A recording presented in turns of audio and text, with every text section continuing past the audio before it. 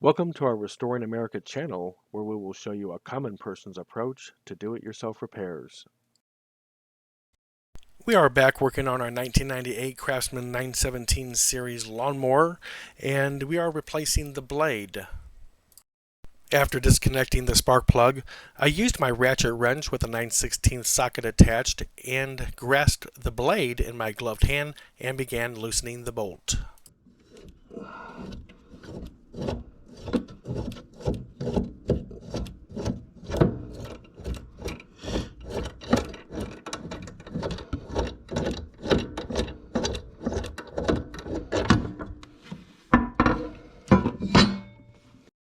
My replacement blade is a universal type and has a star-shaped hole in the center with the two smaller holes on both sides of it. I had to make sure the distance between the holes were the same to make sure that they matched the old one. Also, there are words indicating the grass side, so I need to make sure that that side is facing down.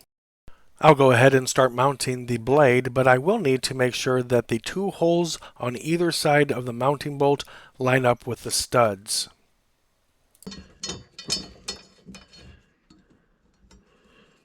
You just basically gotta line those holes up.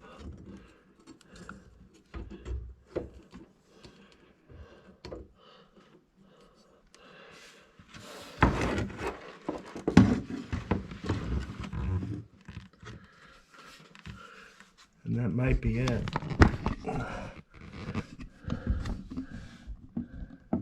Oh, that's good. After snugging up the bolt, I'll reconnect the spark plug and I'll be ready to go. Thank you all for watching. Please like and subscribe as I have a whole lot more content on the way. Take care now.